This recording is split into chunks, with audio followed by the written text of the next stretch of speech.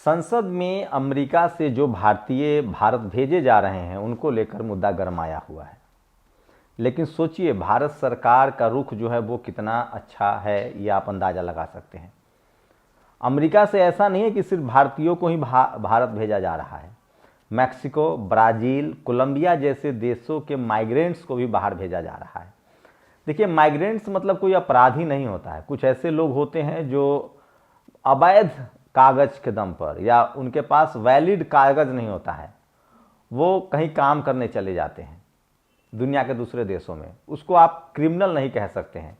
लेकिन जिस तरह का अमेरिका व्यवहार कर रहा है वो एक क्रिमिनल जैसा व्यवहार है। आज खुद भारत के विदेश मंत्री ने माना है कि ऐसा कई बार होता रहा है। आप किसी देश में जाएं, आपका वीज़ा खत्म हो गया तो आपको वापस भेज देंगे। कई ऐसे देश में जाए जहां आपका वर्क परमिट नहीं है तो भी वो वापस भेज देते हैं। लेकिन सवाल है कि जिस तरह से हथकड़ी लगाकर भेजा जा रहा है, जिस तरह से उनके पैरों में चैन बांधकर भेजा जा रहा है, वो भारत सरकार की विदेश नीति पर सवाल खड़ा करता है। लेकिन सोचिए, आज अगर आप सरकार से सवाल पूछेंगे तो देशद्रोही हो जाएंगे, यूपीए लगा दिया जाएगा। अगर आप कुंभ पर सवाल पूछेंगे, भले आप धर्म के हिसाब से शंकराचार्य क्यों ना हो, तो भी आपको जान मारने की धमकी दी जाएगी। भारत सरकार सिर्फ भारतीयों से लड़ रही है। सोचिए, जो पत्रकार बात सरकार से सवाल पूछेगा जनता के हित में, उसका इनकम टैक्स ईडी की जांच होगी। जो लोग उनसे सवाल पूछेंगे उनको यूएपीए में जेल में डाल दिया जाएगा। खैर, लेकिन मैं आपको ले चलता हूं मैक्सिको। क्या भारत सरकार की विदेश नीति कमज़ोर पड़ रही है? मैं 3 उदाहरण दूंगा। ब्राज़ील भारत के मुकाबले बहुत कमज़ोर देश है। ब्राज़ील के राष्ट्रपति ने अमेरिका को साफ चेतावनी दी कि मैं तुम्हारे जहाज को अपनी धरती पर नहीं उतरने दूंगा और तुम चाह कर भी हमारे लोगों को यहाँ नहीं भेज सकते हो। उन्होंने खुद अपना जहाज भेजा। उसके बाद मैक्सिको ने भी यही किया, जिस मैक्सिको से सबसे ज़्यादा अमेरिकन आते हैं। मैक्सिको ने भी यही किया। वहाँ के प्रमुख ने कहा कि आप मेरे लोगों को, वो मेरे देश के नागरिक हैं, आप उनके साथ क्रिमिनल जैसा व्यवहार नहीं कर सकते हैं। उसके बाद उनको भेजा और उन्होंने अपना जहाज भेजा और अपने लोगों को मंगवाया। और इसी तरह कोलंबिया के राष्ट्रपति ने तो 2 टूक जवाब दिया। उसने तो जहाज ही नहीं उतरने दिया और उसने अपना जहाज भेजा अमेरिका और अपने नागरिकों को बुलाया और कहा कि आप चिंता मत कीजिए, मैं आपके साथ खड़ा हूं और आपकी ज़िंदगी नई तरीके से शुरू करने में हम आपकी मदद करेंगे।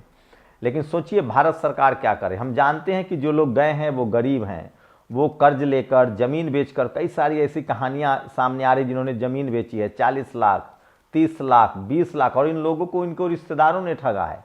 एक बेहतर भविष्य के लिए गए थे, इनको ठगा गया है। उसके बाद इनके साथ जो सलूक हुआ है, क्या भारत की विदेश नीति कमज़ोर हो रही है? मैं फिर कह रहा हूँ, अमेरिका, रूस और चीन, ये 3 ऐसे देश हैं जो आज ध्रुवीकरण कर रहे हैं। तीनों पावरफुल कंट्री, और देर सवेर ट्रंप की कोशिश है कि तीनों देश एकजुट हो जाएं। आखिर सवाल है कि 2 करोड़ से ज़्यादा लोग भारत के दुनिया भर के देशों में रहते हैं। अब तक चीन के लोगों को भेजने की हिम्मत क्यों नहीं अमेरिका कर पा रहा है? मैं इसीलिए कह रहा हूं, जब तक आप ताकतवर देश नहीं बनेंगे, दुनिया का कोई देश आपका मान सम्मान नहीं करेगा। हम टॉप 10 देश से बाहर हो चुके हैं। सोचिए, सऊदी अरब टॉप 10 में है, दक्षिण कोरिया टॉप 10 में है, जापान, एशिया में कई देश हैं जो टॉप 10 में है। जापान है, दक्षिण कोरिया है, सऊदी अरब है। हमारी साख इसलिए घट रही है क्योंकि हम मजबूत मुल्क के तौर पे नहीं उभर रहे। और मजबूत मुल्क के तौर पर कब उभरेंगे? जब हमारा कॉलेज, अस्पताल, यूनिवर्सिटी शानदार होगा, जब हम अंधविश्वास में जकड़े रहेंगे, जब हम विज्ञान की तरफ नहीं जाएंगे, जब हम टेक्नोलॉजी की तरफ नहीं जाएंगे, तो हमारी मुक्ति नहीं हो सकती है।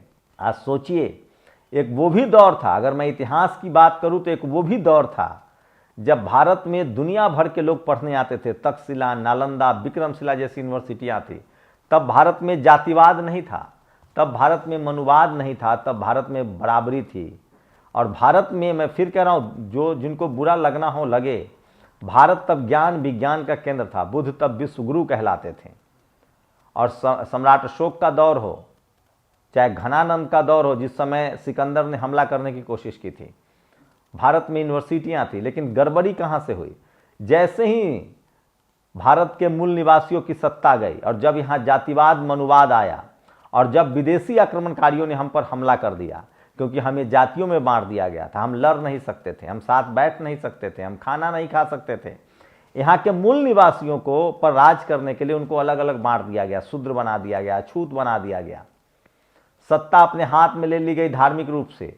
और उसके बाद विदेशी, कभी मुगल आते रहे, कभी अंग्रेज आते रहे, और देश टूट गया। उसके बाद फिर से देश मजबूत हुआ, मजबूत हो रहा है जब भारत का संविधान लागू हुआ, जब चुनी हुई सरकारें आई। लेकिन सोचिए 75 साल में भी 60 साल कांग्रेस ने वही किया जो आज बीजेपी कर रही है। कांग्रेस कोई दूध की धूली नहीं है जो आज बोल रही है।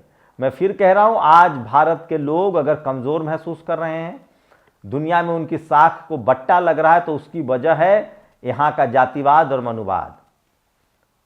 आप सोचिए किस तरह से भारतीय नागरिकों को भेजा जा रहा है। आप सोचिए, आप कल्पना कर सकते हैं। मैं इसलिए कह रहा हूं कि अगर भारत मजबूत बनेगा, ज्ञान विज्ञान का केंद्र बनेगा, तो आपके साथ कोई इस तरह की गुस्ताखी नहीं कर सकता है। एक तो तय है कि आने वाले समय में ट्रंप जो है, सोचिए इतना सनकी राष्ट्रपति का आप अंदाजा नहीं लगा सकते हैं, इतना सनकपन है। एक अमेरिका कैसे महान अमेरिका बना, मैं दावे के साथ कह रहा हूं। 5 साल रुक जाइए, अमेरिका चीन और रूस से बहुत पीछे चला जाएगा, क्योंकि जो सनकपन है ट्रंप का, वो सनकपन उसको बर्बाद कर देगा। अमेरिका इसलिए बेहतर अमेरिका बना क्योंकि उसने कॉलेज यूनिवर्सिटी के रास्ते दुनिया भर के लोगों के लिए खोला। उसने अपने यहाँ दुनिया भर के लोगों को आने का मौका दिया, और दुनिया भर के जो इंटेलिजेंट ब्रेन थे, जो शानदार लोग थे, जैसे भारत के महानगरों में देश भर के शानदार लोग रहते हैं, जो मतलब IIT है, IIM है, इंफ्रास्ट्रक्चर है, उसी तरह से दुनिया भर के लोग। सोचिए सत्ता नडेला, सुंदर पिचाई, क्या आपको नहीं लगता इन लोगों को भारत आ जाना चाहिए? मैं तो कह रहा हूं, अगर भारत के लोगों को स्वाभिमान है तो सत्या नडेला हो, सुंदर पिचाई हो या इंदिरा नूई हो, इन सब को भारत आ जाना चाहिए। अमेरिका में भारत के लोगों का जलवा है। सोचिए जो yahoo.mail बना था सबीर भाटिया, वो भी भारतीय मूल के थे। लेकिन मुझे नहीं पता ये लोग बोलेंगे भी कि नहीं बोलेंगे। इनका राष्ट्रवाद तभी तक है जब प्रधानमंत्री वहां जाते हैं और हसन हुसैन करना होता है। मैं कह रहा हूं कि अगर जितने लोग, जितने भारतीय अमेरिका में रहते हैं, वो दबाव बनाए तो ट्रंप को वापस लेना पड़ेगा। पहले तो बता दूं कि ट्रंप को ये महंगा पड़ेगा। ट्रंप अमेरिका को बर्बाद कर देगा। आप जान लीजिएगा, इस तरह की संकीर्णता, क्षेत्रवाद की राजनीति किसी को महान नहीं बनाता है। ट्रंप चारों तरफ से घिरा हुआ शख्स है। ट्रंप अमेरिका को बर्बाद कर देगा, पूरी दुनिया से काट देगा। लेकिन ट्रंप की कोशिश है कि किसी भी तरह से रूस और चीन के साथ दोस्ती गांठ ली जाए और पूरी दुनिया को आइसोलेट किया जाए, लेकिन वो ऐसा नहीं कर पाएगा। उसकी लड़ाई अब रूस से और चीन से भी होगी भविष्य में, और तब उसको भारत जैसे देशों की याद आएगी। मैं बार बार कह रहा हूं, अमेरिका कभी भारत का सगा नहीं रहा है। भारत का सगा मिडिल ईस्ट रहा है, चाहे फिलिस्तीन के मुद्दे हों, चाहे पूरा मिडिल ईस्ट जो है, जो मुस्लिम देश है, या साउथ ईस्ट एशिया है, जापान हो, वियतनाम हो, थाईलैंड हो, ये सब भारत के अभिन्न अंग रहे हैं। जब मामला रूस से फंसता है, जब मामला अमेरिका से फंसता है, तो भारत के साथ रूस हमेशा से रहा है। पाकिस्तान को बढ़ाने वाला भी अमेरिका ही है। तो अमेरिका कभी भारत का सगा नहीं रहा है। लेकिन सवाल है कि जो लोग राष्ट्रवादी खुद को कहते हैं, जो अमेरिका में रहकर भी दिन रात प्रधानमंत्री के साथ है, RSS के साथ है, वो क्यों नहीं अमेरिका छोड़ के चले आते हैं? और है हिम्मत तो अभी कनाडा ने क्या किया? ट्रंप इसी तरह से कनाडा को आंख दिखा रहा था। कनाडा ने अपने दुकानों से सारे अमेरिका के सामान को बाहर कर दिया। चीन पर टैरिफ लगाया उसने, ट्रंप ने, तो चीन ने भी टैरिफ लगा दिया। कनाडा ने सारे दुकान से अमेरिकन सामान खाली कर दिया। हम लोग को भी अमेरिकन सामान अब नहीं लेना चाहिए, चाहे वो पेप्सी हो, चाहे वो चिप्स हो, चाहे कोक हो, ये सब उन्हीं का ब्रांड है। मैं फिर कह रहा हूं, भारत एक दुनिया का मजबूत मार्केट है, बड़ा मार्केट है। लेकिन ये सरकार क्या कर रही है? सरकार सोचिए, चीन के खिलाफ कुछ नहीं बोलेंगे ये लोग, अमेरिका के खिलाफ कुछ नहीं बोलेंगे, बस अपने लोगों को जेल में डालना है। अपने देश में जो सवाल पूछने वाले लोग हैं उनको जेल में डालना है। मैं फिर कह रहा हूं कि देश का साख को बट्टा लगा है, और ये सब इसीलिए हो रहा है क्योंकि भारत के लोग जो अमेरिका में रह रहे हैं वो भी एकजुट नहीं है, वो भी जाति में बटे हुए हैं वहां। इसकी वजह से ये सब हो रहा है। वैसे भी जो जो यहाँ के जो जो जातिवादी मनुवादी दुनिया भर में फैले हुए हैं, वो चाहते नहीं है कि भारत के और लोग उनके बराबर जाके खड़ा हो। और ज़्यादातर जो गरीब लोग हैं, जो किसी तरह से, ज़्यादातर तो गरीब लोग भारत के मिडिल ईस्ट में जाते हैं, और अमेरिका में जो लोग रहने वाले हैं खासकर वो वहीं जाके बस जाते हैं। उससे भारत को बहुत फ़ायदा नहीं है। फ़ायदा उन लोगों से है जो यहाँ से जाकर मजदूरी करते हैं और यहाँ रहते हैं। पंजाब के बहुत सारे इक्का दुक्का लोग हैं जो गलत तरीके से गए हैं, बाकी सब यहाँ। तो अमेरिका जो दबाव बना रहा है, मैं फिर कह रहा हूँ, अमेरिका अपनी बर्बादी की तरफ बढ़ रहा है। लेकिन सोचिए, भारत के प्रधानमंत्री को कम से कम अपने नागरिकों के लिए अपना जहाज भेजना चाहिए था। कम से कम इतना कहना चाहिए था कि हम अपने लोगों को सम्मानजनक तरीके से लाएंगे। 7 लाख लोग बड़ी आबादी नहीं, हम दुनिया की सबसे बड़ी आबादी, हमारी 150 करोड़ की आबादी है। हम चाइना से भी आगे, हमारे पास रोजी रोटी की कमी नहीं है, न हमारे पास जमीन कम है, न संसाधन कम है, न रोजी रोटी की कमी है। बस जरूरी है इच्छा शक्ति की। 40 लाख 30 लाख रुपए लगा के आप अमेरिका जा रहे हैं। आप भारत के किसी भी महानगर में व्यापार खड़ा कर सकते हैं, बिजनेस खड़ा कर सकते हैं।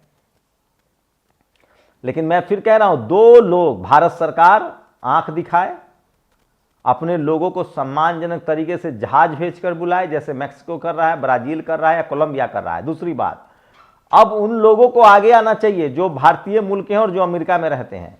इतना स्वार्थी मत बनिए। अगर आप पैसा कमा चुके हैं, आप में दम है, तो आप भारत आइए, वापस छोड़िए अमेरिका को, अपने घुटनों पर आ जाएगा। जिस दिन भारतीय ने अमेरिका को खाली कर दिया, उस दिन अमेरिका की अर्थव्यवस्था तहस नहस हो जाएगी। लेकिन क्या लगता है, जो लोग अमेरिका में हैं वो इन भारतीयों के साथ खड़ा होंगे? नहीं होंगे। खैर, मैं इसलिए बता रहा हूं, भारत सरकार फिलहाल अपने ही लोगों से लड़ने में लगी हुई है। दुनिया भर में उसके लोग परेशान किए जा रहे हैं, उसकी चिंता नहीं। लेकिन मैं फिर बता दूं, ट्रंप एक दिन अपनी मुश्किलें खुद बढ़ाएंगे। अमेरिका को बर्बाद करने का उसने ठेका ले लिया है। जो भी देश धार्मिक कट्टरता, राष्ट्रवाद के नाम पर धार्मिक कट्टरता अपनाएगा, अभी श्रीलंका की हालत देखी थी आपने। मैं फिर कह रहा हूं, धार्मिक आधार पर जो देश कट्टर होगा, नस्ल के आधार पर जो देश कट्टर होगा, जर्मनी आपके सामने है, हिटलर का क्या हुआ था। चाहे रेस के नाम पर या धर्म के नाम पर, हमारे देश की दुर्दशा जाति के नाम पर कट्टरता की वजह से है। जाति बात जब तक नहीं खत्म होगा तब तक हम एक बेहतर मुल्क नहीं बन पाएंगे। तो सोचिए, छोटे छोटे देशों ने अपने नागरिकों के जो डिग्निटी है, जो सम्मान है, उससे समझौता नहीं किया। जहाज भेजा, उनको सम्मानजनक तरीके से बुलाया है। लेकिन भारत सरकार फिलहाल अपने ही लोगों से लड़ने में लगी हुई है। वो भारतीयों की रक्षा क्या करेगी? संसद में सवाल पूछे जा रहे हैं, जवाब दिया जा रहा है। हमारी राय ये थी, आप लोग अपनी राय बताइए कि आप सहमत हैं, असहमत हैं। अगर भारत में रह रहे सारे अमेरिकन, जो भारतीय अमेरिका में रह रहे हैं, अगर उन्होंने अपनी आवाज़ उठाई तो अमेरिका इस तरह की गुस्ताखी नहीं करेगा। नहीं तो उसकी लिस्ट में 7 लाख लोगों का नाम है। शुक्रिया। नेशनल दस्तक की आपसे गुजारिश है कि अगर इसको बचाना चाहते हैं तो नेशनल दस्तक को सब्सक्राइब करने के लिए रेड कलर के सब्सक्राइब बटन को दबाएं, फिर बेल आइकन की घंटी दबाएं। नेशनल दस्तक को बचाने के लिए बहुत जरूरी है कि हर खबर को शेयर करें, लाइक करें, कमेंट जरूर करें।